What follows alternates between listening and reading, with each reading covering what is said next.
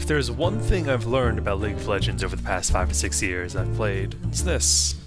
League is a really dynamic place. Champions that were broken one patch are often considered useless just one patch later, and champions that were considered useless break into prominence from out of nowhere.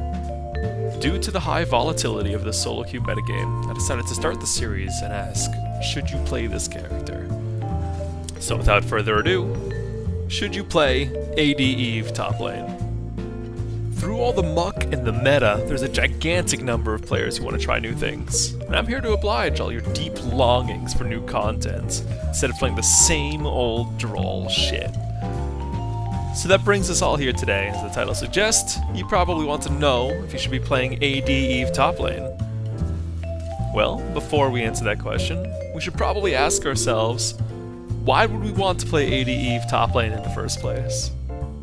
I don't know about you guys, but I've always been a big fan of assassins who rely on outmaneuvering their opponents. There's an overabundance of assassin-type characters who have near-instant mobility, who can get in and out of fights, while also killing their target.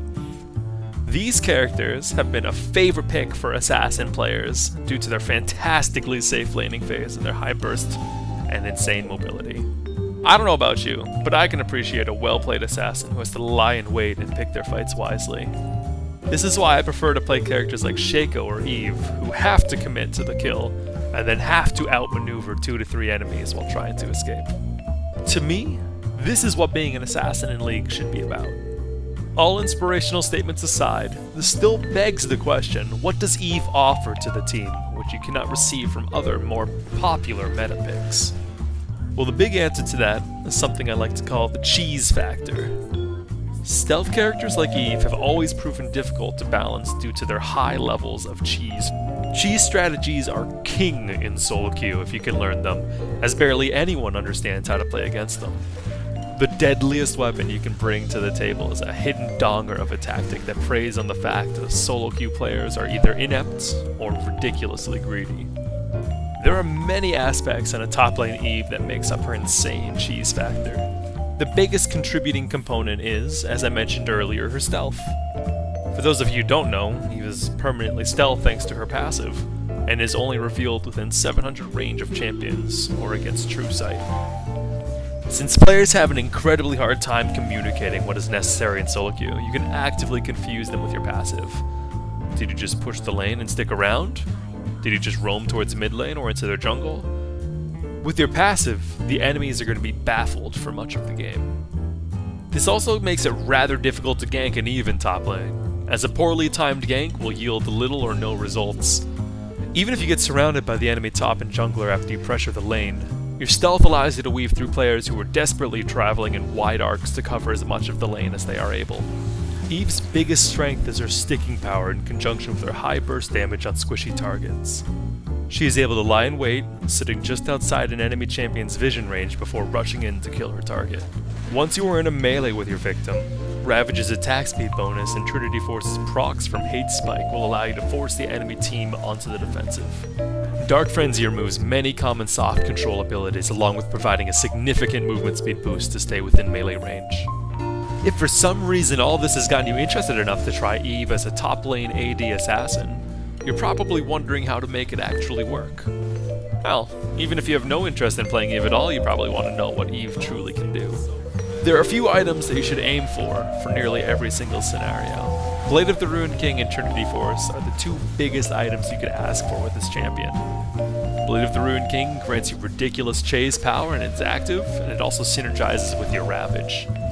Trinity Force amplifies your damage in a few ways.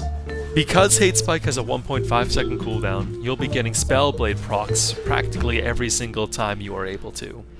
On top of this, Trinity gives bonus movement speed from its Zeal and its Phage portions, allowing you to stick to your targets through heals and flashes. Other good item choices for Eve include Mauve Mortius, Randuin's Omen, Banshee's Veil, Guardian Angel, and Frozen Heart. Some later game or more situational items include Thornmail, Mercurial Scimitar, ZZ Rot Portal, and Last Whisper. These items listed above will prove to be useful for just about any situation you can come across. However, even with everything listed above, there are still a few issues that you need to keep in mind when playing Eve. The first is the issue of who you are matched against. Since Eve has a weaker early game, there aren't many quote-unquote good matchups for the champion. Luckily, there are some standard catch-all rules that Eve can use while in lane. Rule 1. Play safe before you are level 5. Last hit minions with auto attacks, or your hate spike if you have to. Pretty simple, right? Keep it simple and keep it safe while you're in the early game. Don't try to do anything too fancy. Rule 2.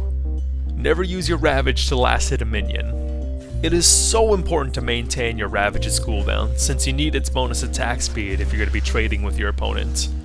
When your Ravage is on cooldown, just don't be attempting to trade. Rule 3. Maintain a safe number of enemy minions. This is essentially an overarching guideline based on rules 1 and 2. Use hate spike to safely even out the lane while keeping the enemy laner at bay from its constant poke. At the same time, you usually don't want to be using hate spike to push the lane to the enemy's side from the beginning of the match. Rule 4. Don't be scared to trade with your lane opponent when they dive through your minion line. This is the most important rule to follow if you plan on winning your lane. Eve can deal a huge amount of damage when she lands her Ravage, as well as the 3 seconds worth of auto attacks afterwards. As long as you follow these 4 rules, your top lane matchup doesn't require too much extra thought. There are a few exceptions that you need to be wary of, but if you play with the mindset outlined just now, you can begin to grasp some of the major strengths and potentials that Eve possesses. The more you experiment in lane, the more of an understanding you'll have to properly transition into your late game fantasy. Now, with all of that being said, Eve does have a few issues that you could find to be a deal breaker. I've mentioned it more than a few times up to this point, but Eve's early game is rather lackluster. It is a rare occurrence to be pressuring a lane as Eve early on, which can cause issues for both your jungler and your mid laner. In fact, in order to supplement Eve's laning potential, I personally run with Ignite over Teleport. This is fantastic for helping provide you with both pressure and kills, but not so great when the enemy champion is able to farm 9 non-stop through deaths, thanks to their own teleport.